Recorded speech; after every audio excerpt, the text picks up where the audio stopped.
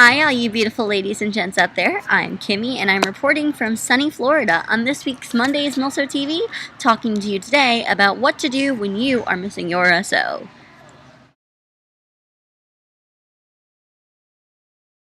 So when Kevin leaves, I tend to go into like different phases of, I guess, sadness, almost like the 7 phases of anger.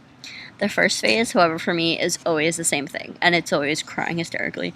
It's always like, Kevin would wear this out.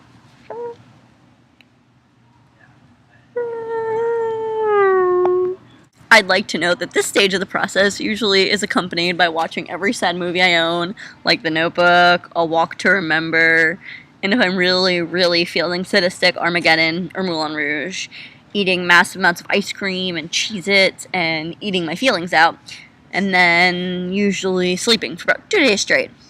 And if he knew any of this happened, he'd be so mad at me. He hates when I, wallow in self-pity. But I'm good at it. And then comes stage 2, which is this. This is one of your worst enemies and your best friends when you're in a military relationship. I become obsessed with my phone. If it's gone missing, where's my phone? Where is it? Maybe Kevin called. Check my phone every 2 seconds. Maybe Kevin's on Facebook. Maybe he's done something. Maybe he's missing me. What's going on? What's going on? But the thing is, this thing is so dangerous because you will become addicted to it. I used to bring my phone into the shower with me in case I missed a call. I have leapt out of the shower before, half naked, running across my room because I thought he called. So ladies, do not let this phone become your enemy. Make it your friend. But not like one of those creepy best friends, like from the roommate that tries to rip your belly button ring out, or something creepy like that, or gets same tattoos. Not that kind of friend. Then I tend to move into stage 3, which is obsession. And I become obsessed with something. When Kevin last left, I watched every episode of True Blood. And while this is a really good way to cope, because it really does take your mind off it, it's also really not that good. Because, if you're just sitting around doing the same things over and over repetitively, you're just going to make yourself sadder, to be honest. And it's really not going to help you when you really need it. So my advice for that one is pick an obsession, but don't, big obsession. Not like, I'm going to watch every single Disney movie that's ever been made. That sounds like a great idea, but there are a lot of them, and it's probably going to drag you away from your life. And then what are you left with? So pick something small, like, I'm going to watch every Disney movie that's been made after 2000, because that's a reasonable goal. And then step 4, is kind of realization. He's gone. He's going to be gone for a long time. And this is where you start working on yourself, and you start thinking of ways to make yourself better, and thinking of ways to stop missing him so much. So what I tend to do is, everybody says, keep yourself busy, but the busier you keep yourself, the more jumbled your mind's going to get. So my advice is keep yourself busy, but you give yourself enough time to relax. You don't want to not think about it, because if you stop thinking about it, then it's just going to hit you harder when you really do. So think about it, but don't think about it in a negative way. Don't think about it as my husband's gone, my boyfriend's gone, he's thousands of miles away. Think about it as he's gone, but every day that I survive is one day sooner him coming back. And that usually can put a smile on your face, no matter how crying and upset you are. There are other really small ways, smaller things you can do, besides the whole going through all the stages and realization process, that can make the whole person being away, SO being away thing a whole lot easier. So, here they are. Number 1, embrace your inner moto. I know everyone hates those moto girlfriends who totally deck themselves out in their man's gear or their woman's gear, but seriously, it can't hurt sometimes to wear a US Navy hat or rocking your keychains or your US Navy shirt. If it makes you feel good, it makes you feel close to your man, do it. I say go for it. You be that moto badass bitch you trashed on Tumblr. Take the time to write him letters, because they'll tell you your letters are the things that keep them going sometimes. When my boyfriend was in basic, he would live off my letters. I'd write him a letter every single day, and don't be afraid to tell them the stupid little facts about your life.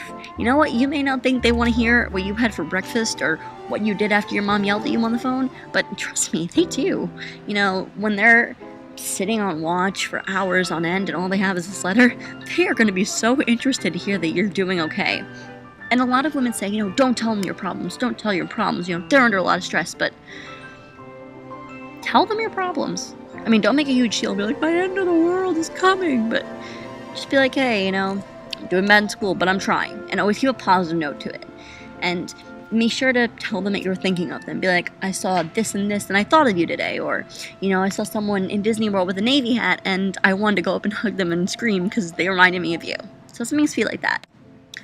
My next piece of advice is to start a hobby, join a club, meet some friends. Just do something to, not get your mind off it per se, but get your mind on something else, Do something that you like to do. Like, I love to cook, and so when Kevin left, I started baking and cooking more. I'm taking cooking classes, and while it's not being with him and it's not the same, it's really been helping me. And it's fun because I get to incorporate little things. Like, I made cookies the other day, and I made them in the shapes of anchors because Kevin's in the Navy. And my final piece of advice is to indulge yourself. Make yourself feel good.